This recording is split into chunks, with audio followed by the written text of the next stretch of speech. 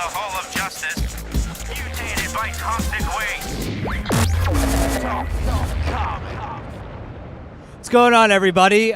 Steve Say, Talking Comics, and we're here with Royden Lepp. He is the writer and artist of Rust from Archaea Books. How you doing, man? I'm good. How are you? It's good to finally meet you guys. It is good to meet you, very much so. So you said you got in on the plane, and you literally got here and you sat down. Yeah, I literally got off the plane like a couple hours ago, and then like rode some trains. You have a lot of trains here, and I took a couple of them to get here, and then I just came and sat down. I haven't even walked around yet. How do they smell? The trains smelled pretty bad. They were pretty bad smelling trains. Excellent. All right, let's see. Volume 1 and Volume 2 of Rust have been out for a little while. Volume 2 came out when exactly? I think it hit shelves everywhere like January. It was on comic shelves a little bit earlier than that, but it was everywhere in January. Excellent. All right. So, well, I know what Rust is, and a lot of our listeners do, but for people who don't know what your book is about, why don't you give us a little synopsis? Sure. Rust is kind of takes place in this alternate 1930s, 1940s era. There is a family called the Taylor family living on a farm, and this great long war was fought using robots, which is cool. And Roman Taylor's father doesn't come back from the war. So he's trying to keep his farm together, trying to keep the family going, and one day this kid with a jetpack named Jet Jones crashes through his barn, and he's being chased by a giant decommissioned war robot, and lots of mystery from that point forward. That's about all I can say without spoilers, right? Is that about it? Is that how you would say it? I think that's good. Okay. All right, so when can we expect Volume 3, and what kind of ground are you going to cover in that volume? Volume 3 is really different. For people that have been on the Rust train, that have been reading Volume 1 and 2, Volume 3 is going to be kind of a little bit of a departure because there are so many things that are coming to light. And obviously the volume's taking a little bit of a darker turn. It's called Death of the Rocket Boy, which is, that kind of tells you a lot. And so it's a darker volume. A lot of questions get answered. But it kind of has a different tone from the first two. And I'm hoping for March-ish, yeah. I'm hoping for March. Sounds awesome, man. Now let me ask you a question. The books, the art, it's a very like sepia tone, monochromatic kind of art style. And I think you might have talked to us about this when we had you on the podcast last year, I believe. But what is it about that particular art style that calls to you, that you enjoy working with it so much? The sepia tone is great because it's, technically it's about as easy as black and white or grayscale.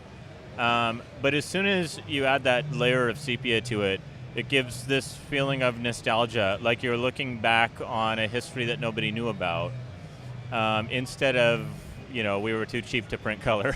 Which is not true. Black and white is a wonderful way to tell a story too, and originally Rust would have been done that way, but sepia tone really kind of elevated not just the setting and like the tone of the story, but kind of set it apart from other stories. I hadn't seen anything done like that, and that's kind of what I wanted to do. So nice. So all right. So you said, I think I heard you say earlier that the story is going to be 4 volumes when it's done? Yep. All right, so you have an end in mind. Have you always had this end in mind, or is this something that as you were working with it, you realized when you were going to end it? I think really early in the series, I didn't have a strong idea of where it was going to end, but I had a weak idea. I've always known where the story was going. I didn't always know how I was going to get there, but I have known all of that for the past couple of years. So there's like little details that I am still working out on, specific scenes and stuff that that still need to be written. But I know where it's going. I know how it's going to end. I hope people are along for the ride. I hope they love it.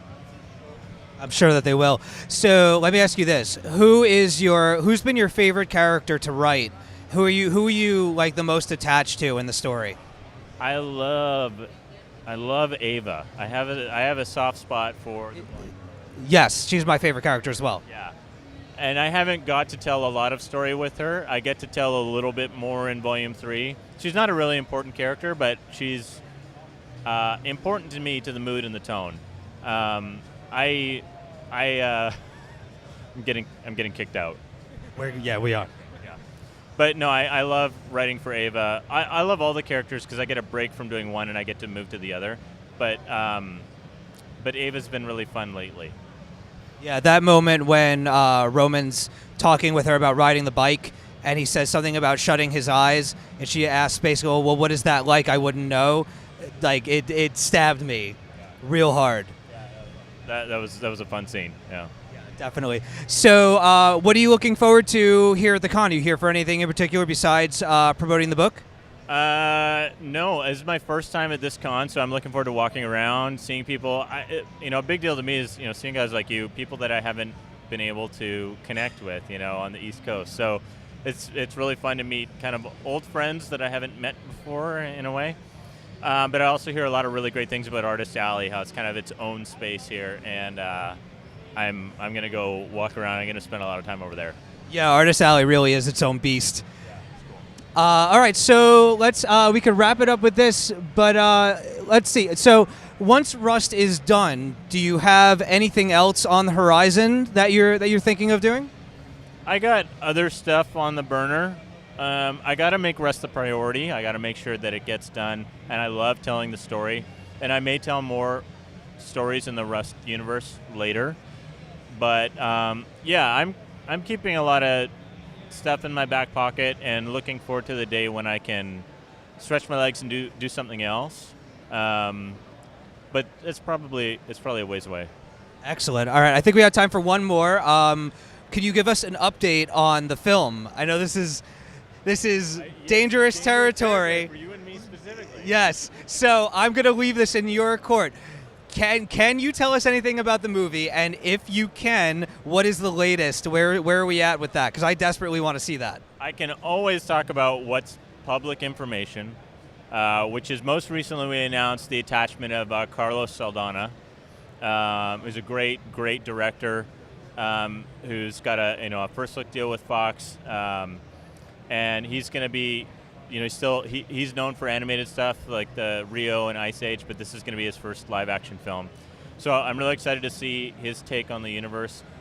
Sorry to see Joe Cornish exit, as was announced, but that's about all I can say. Is it's still moving well. Fox is really excited about this film.